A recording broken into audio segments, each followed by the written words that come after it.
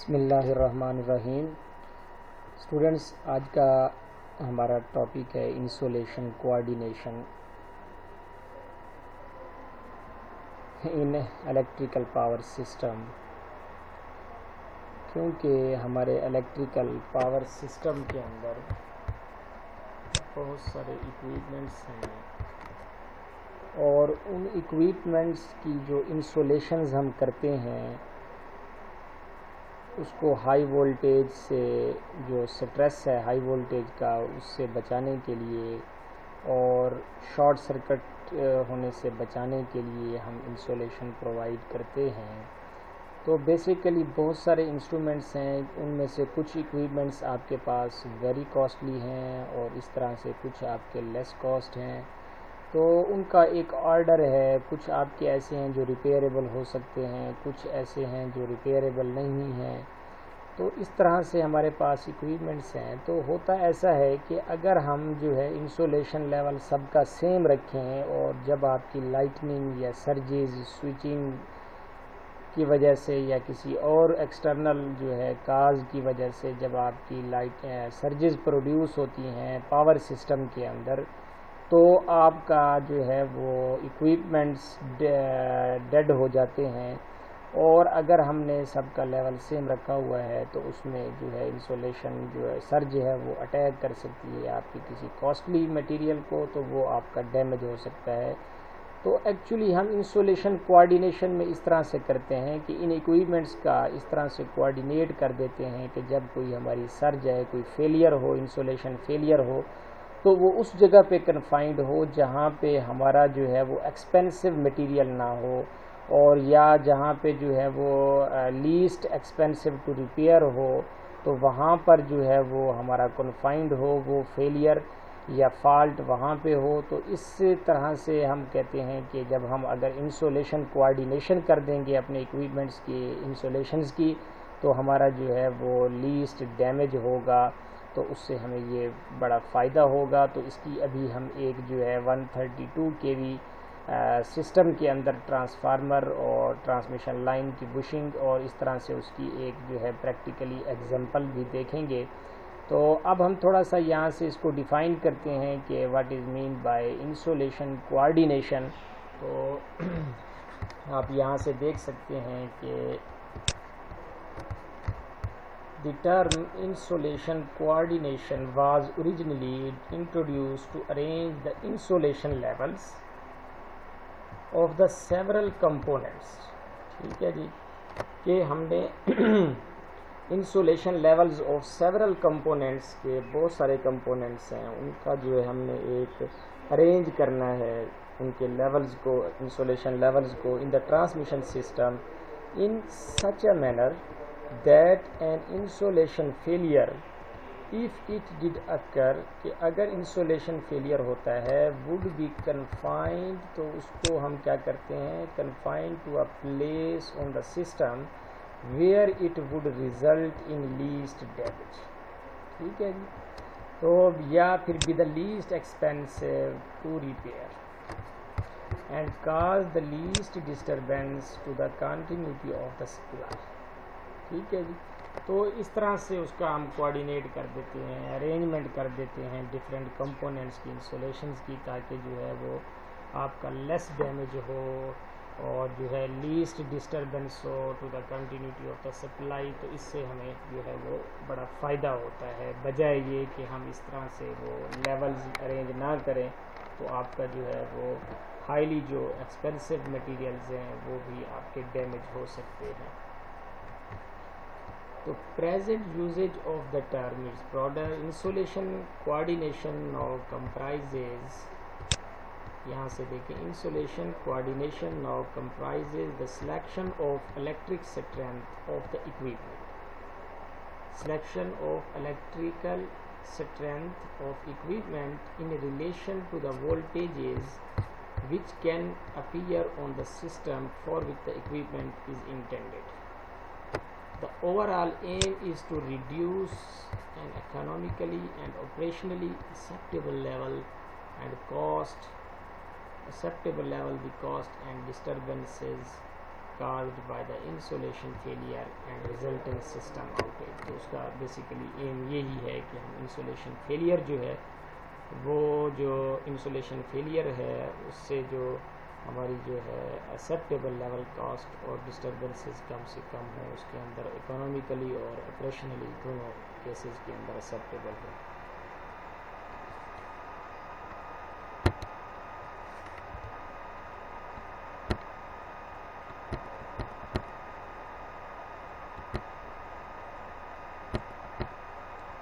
तो अब इस इंसुलेशन कोऑर्डिनेशन के अंदर जो है हमारे पास दो मेथड्स हैं, कन्वेंशनल मेथड है, स्टैटिस्टिकल मेथड्स हैं, जिसके थ्रू हम जो है अपने डिफरेंट इक्विपमेंट्स की जो इंसुलेशन करते हैं।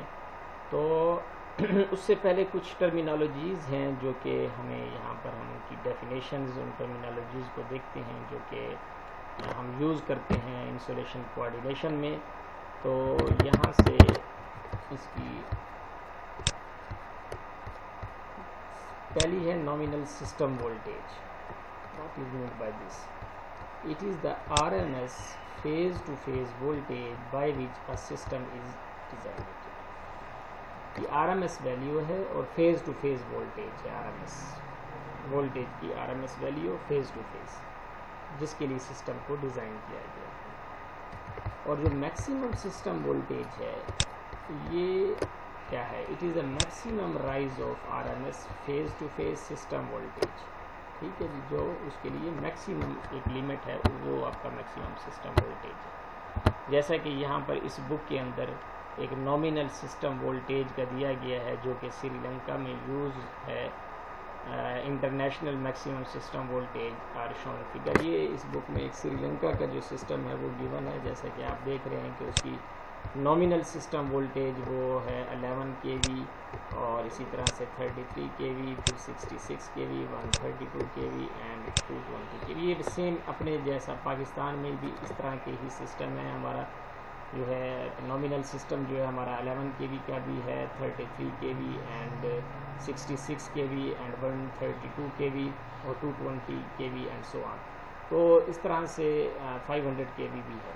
तो मैक्सिमम सिस्टम वोल्टेज जो है उनका ये है 11 kV के लिए 12 kV है और इसी तरह से जो 33 kV है इसके लिए 36 है और इस तरह से यहाँ पर जो 66 kV है नॉमिनल, उसका मैक्सिमम जो सिस्टम वोल्टेज है वो 72.5 और 132 के लिए 145 एंड 220 के लिए 245।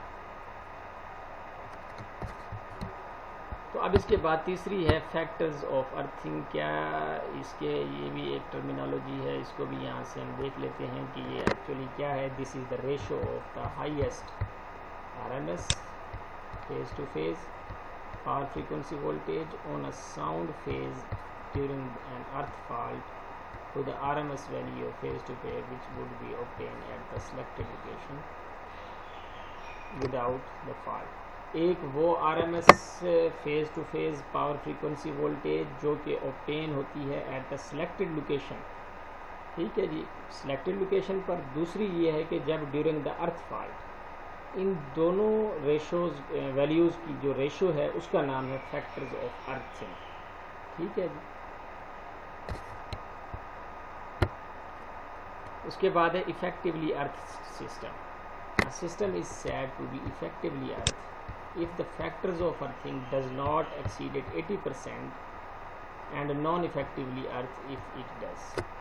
ये जो अभी पीछे हमने देखा है इसके अंदर के जो इफ़ेक्टिवली अर्थड है, इफ़ द ये वाला जो फैक्टर्स ऑफ अर्थिंग है ये अगर आपका यहाँ पर 80% से जो है वो एक्सीड ना हो तो उसको हम कहते हैं कि हमारा सिस्टम क्या है, इफ़ेक्टिवली अर्थड है। अदरवाइज नहीं है 80%। Insolation level. अब नेक्स्ट है हमारे पास टर्मिनोलॉजी इंसोलेशन है। For the equipment rated eight less than 300 kV, ऐसे इक्विपमेंट जो कि 300 kV से लेस रेटेड हैं, it is the statement of the lightning impulse withstand voltage and short duration power frequency without voltage. तो जो insulation level है जो कि आपका 300 kV से कम रेटेड के लिए, तो वो आपकी जो लाइटनिंग इम्पल्स है विद स्टैंड वोल्टेज और short duration power frequency withstand voltage के लिए वो स्टेटमेंट है। और इसी तरह से वो इक्विपमेंट फॉर द इक्विपमेंट जो कि ग्रेटर देन 300 kV के लिए है, तो वो स्टेटमेंट है आपकी स्विचिंग इम्पल्स के लिए। एक आपकी हो गई लाइटनिंग के लिए, ये देखिए यहाँ पर कि लाइटनिंग इम्पल्स के लिए, और दूसरी जो है वो है आपकी स्विचिंग इम्पल्स के लिए। ठीक है जी, यहाँ पर अगर ग्रेटर देन 3 kV है और यहाँ पर लेस देन 3 kV, तो लेस देन है तो लाइटनिंग इम्पल्स विद स्टैंड यहाँ पर देख लें यहाँ पर। और इसी तरह से यहाँ पर उन इक्विपमेंट जो कि रेटेड हैं ग्रेटर देन 30, ये फिर स्टेटमेंट होगी किसके लिए, जो कि switching impulse withstand voltage है and power frequency withstand voltage. ठीक हो गया, तो इनको आपने इस तरह से क्लियर कर लेना। आगे हमारे पास टर्मिनोलॉजीज़ हैं जी। Conventional impulse withstand voltage, जो कि क्या है कि this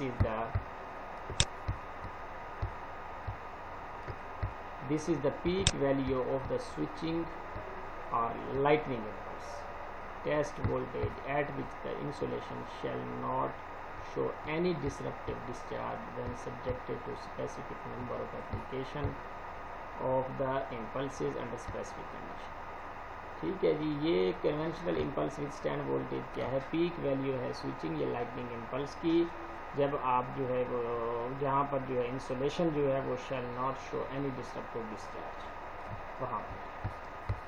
conventional maximum impulse voltages, this is the peak value of switching or lightning over voltage which is adopted as the maximum over voltage in the conventional procedure of the insulation coordination।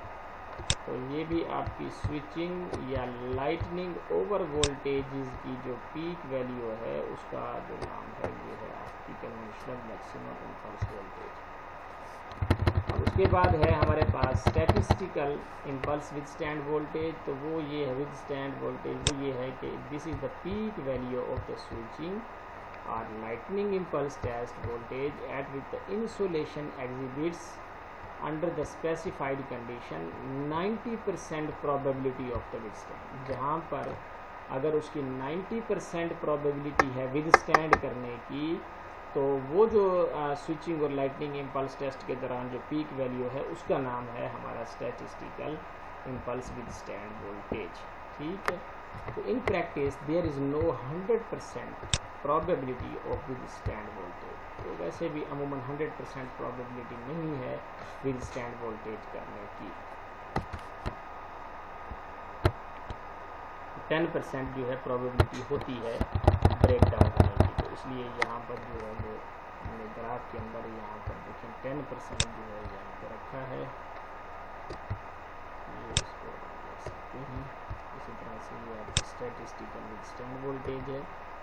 ठीक है जी, यहाँ तक, इससे आगे फिर ये break down की probability आएगी, फिर ये 100% तक जो है फिर आपकी 90% जो बाकी रिमेनिंग है उसके लिए ये आपका विद स्टैंड वोल्टेज।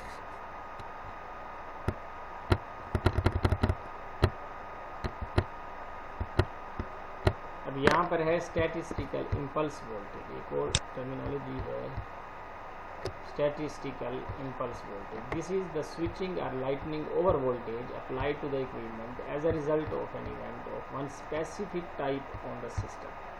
अब उनमें से कौन सी हो सकती है, किसी एक स्पेसिफिक टाइप का नाम line energising, reclosing, fault clearance, lightning discharge.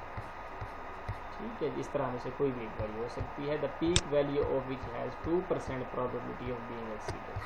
यहाँ पर देखेंगे ये आपकी 2% प्रोबेबिलिटी जो कि अकरेंस ऑफ ओवर वोल्टेज के लिए। तो उसके बाद लास्ट 2 टर्मिनोलॉजीज़ हैं हमारे पास rated short duration power frequency withstand voltage, जो कि this is the prescribed RMS value of sinusoidal power frequency voltage that the equipment shall withstand during the test made under specified condition and for a specific time, usually not exceeded 1 minute। ठीक है जी, 1 minute से ज़्यादा के लिए नहीं देना इसको। अब उसमें लास्ट जो टर्मिनोलॉजी है हमारे पास वो है protective level of protective devices. These are the highest peak voltage value which should not be exceeded at the terminals of the protective device when the switching impulse or lightning impulse of standard shape and weighted values are applied under specific condition. मखसूस condition के तहत जब आप rated values apply करें impulses lightning के लिए कैसे या स्विचिंग इम्पल्सेस की जो सर्जिज हैं वहाँ से, तो वहाँ पर वो जो प्रोटेक्टिव डिवाइस है उसके टर्मिनल के ऊपर आप देते हैं तो वो वहाँ पर जो वैल्यू है वो उसकी जो है वो ज़्यादा ना हो, एक्सीडेड ना करे, should not be exceeded at the terminal of the protective device. तो ये है आपका प्रोटेक्टिव लेवल, वो जो हाईएस्ट पीक वोल्टेज है वो इसका वो प्रोटेक्टिव लेवल है. तो ये थी कुछ टर्मिनोलॉजी जिनको आपने यहाँ पर देखा, इंसुलेशन कोऑर्डिनेशन से रेलिवेंट जो हैं हमारी. तो अब हमारे पास नेक्स्ट है जो आर्टिकल, वो हमारे पास टू मेथड हैं, जैसे कि मैंने पहले कहे थे आपको. कन्वेंशनल एक मेथड है, एक जो कि वेरी कॉमन है जिसको आप इंसुलेशन कोऑर्डिनेशन के लिए यूज़ करते हैं.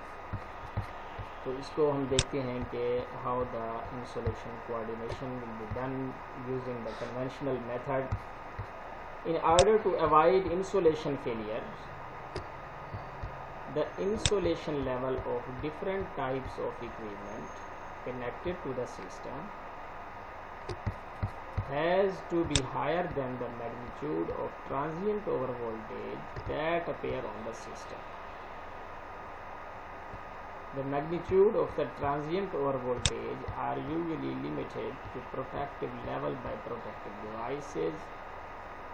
Thus, the insulation level has to be above the protective level to a safe margin. ठीक है जी. Normally, the impulse insulation level is established at 15 to 25% the protective level. तो असल में इंसुलेशन फेलियर से हम बचने के लिए जो इंसुलेशन लेवल हम बनाते हैं डिफरेंट टाइप ऑफ इक्विपमेंट के अपने सिस्टम के अंदर, वो जो है उनके अंदर ये है कि जो magnitude of transient over voltages है जो कि अपेयर होती है सिस्टम के ऊपर, तो उस magnitude of transient over voltage are usually उसको हम लिमिट करते हैं protective levels by protective devices. तो वहाँ से जो है ये प्रोटेक्टिव डिवाइस यूज़ करके हम अपने इंसुलेशन फेलियर से बचते हैं. तो जो कि आपने यहाँ पे देखा कि जो इंसुलेशन लेवल है वो established at value of 15 to 25% of the above the protective level. इस प्रोटेक्टिव लेवल से 15 से 25% ज़्यादा के ऊपर जो एस्टेब्लिश किया जाता है. तो इसके अंदर देख सकते हैं कि यहाँ पर 0 से आपके पास नॉमिनल सिस्टम वोल्टेज है पहले, ठीक है जी. फिर उसके बाद है आपका मैक्सिमम, वो जो शुरू में आपने दो देखे थे, नॉमिनल वैल्यू देखी थी, फिर उसके बाद मैक्सिमम वैल्यू. जैसे कि 11 के लिए आपने 12 पॉइंट समथिंग जो इंसुलेशन लेवल देखा था, मैक्सिमम जो वोल्टेज लेवल था सिस्टम वोल्टेज. इसके बाद है आपका मैक्सिमम साउंड फेज वोल्टेज जो कि उससे भी ज़्यादा वैल्यू का है. फिर उसके बाद प्रोटेक्शन लेवल आता है आपका, ठीक है, जहाँ पर उसको आप प्रोटेक्ट कर लेते हैं. फिर उसके बाद है विद स्टैंड लेवल है इंसुलेशन का, यहाँ तक कर जाए, ठीक है. उसके बाद वही बात है अगर विद स्टैंड नहीं करती तो अगले वोल्टेज के ऊपर अगर आप बढ़ाते जाएंगे तो वो डेड हो जाएगा. तो अब हम यहाँ पर एक जो है टिपिकल कोऑर्डिनेशन सिस्टम बनाते हैं. कंसीडर, यहाँ से देखें इसको कि consider the typical coordination of 132 kV transmission line between the transformer insulation and line gap across the insulator string and a coordination gap across the transformer bushing. ठीक है जी, transformer bushing की बात कर रहे हैं कोऑर्डिनेशन गैप, और दूसरा है हमारा अक्रॉस द इंसुलेटर स्ट्रिंग. इस फिगर के अंदर आप नीचे देख सकते हैं यहाँ पर कि हमने ये जो है कोऑर्डिनेशन यूजिंग गैप्स की है. एक आपका ये स्ट्रिंग्स के अक्रॉस है और एक आपका यहाँ पर जो है ट्रांसफार्मर की बुशिंग के अक्रॉस है यहाँ.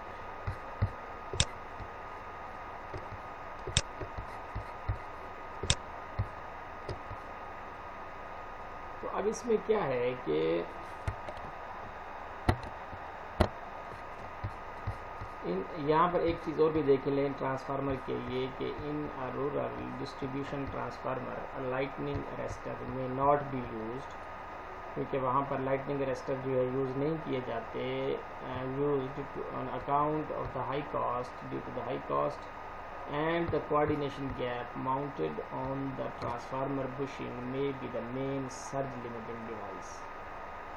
क्योंकि वहाँ पर लाइटनिंग अरेस्टर आप यूज़ नहीं करते, तो इसलिए रूरल डिस्ट्रीब्यूशन ट्रांसफार्मर में, क्योंकि ग्रिड स्टेशन पे आप यूज़ करते हैं और जो आपके डिस्ट्रीब्यूशन ट्रांसफार्मर है वहाँ पर आपने ये जो आपके पास लाइटनिंग अरेस्टर है वो आप यूज़ नहीं करते, तो वहाँ पर सिर्फ जो है आपके पास उस ट्रांसफार्मर की बुशिंग के ऊपर जो आपकी लिमिटिंग डिवाइसेस हैं वो यही आपके जो गैप्स हैं जिसको आप आर्क हॉर्न्स का नाम देते हैं, यही जो है वो आपकी मेन लिमिटिंग डिवाइसेस हैं बन जाती हैं वहाँ पर। ये जो आपको ये शक्ल में नज़र आ रही है गैप, ये आर्किंग हॉर्न्स या ये जिसको आपने नाम दिया है coordination gap between the transformer across the transformer bushing, ये गैप जो है। अब इनकी हम कोऑर्डिनेशन करते हैं, दो आपके डिफरेंट हैं, तो यहाँ से इसको देखिए।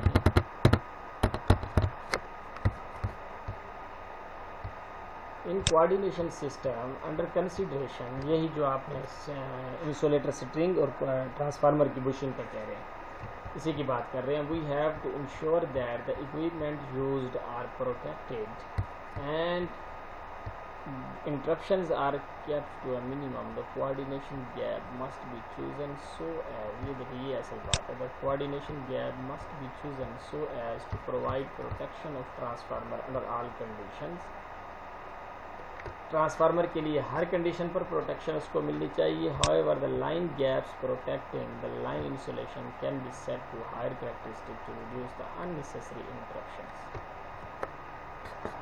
अब ये है कि हम क्या करते हैं कि इसकी जब इंसुलेशन, देखिए यहाँ पर गैप हमने ज़्यादा रखा है यहाँ पर, और यहाँ पर जो है वो गैप कम है, तो अब इसमें हम यूँ करते हैं, क्योंकि आपको पता है कि अगर हम इन दोनों जो कंपोनेंट्स हैं और हमारे इक्विपमेंट्स हैं ट्रांसफार्मर और ये इंसुलेटर्स, इनका अगर हम कंपैरिजन करें तो कॉस्ट वाइज करें तो जो ट्रांसफार्मर है वो हमारा कॉस्टली इक्विपमेंट है और with respect to the insulators, तो इसलिए हम जब इंसुलेशन से गैप यहाँ पर प्रोवाइड करते हैं तो हम ये देखते हैं कि अगर कोई लाइटनिंग आती है, कोई स्विचिंग सर्ज आती है, तो उससे क्या हो कि जो पूरे सिस्टम पे इफ़ेक्ट पड़ रहा है उसमें ये हो कि जो इंसुलेशन लेवल है वो हम जो ट्रांसफार्मर का इसके साथ कोऑर्डिनेट कर रहे हैं स्ट्रिंग इंसुलेटर्स के साथ, तो उसमें ये होता है कि अगर वो सर्जेस आती हैं तो आपका जो है उसका जो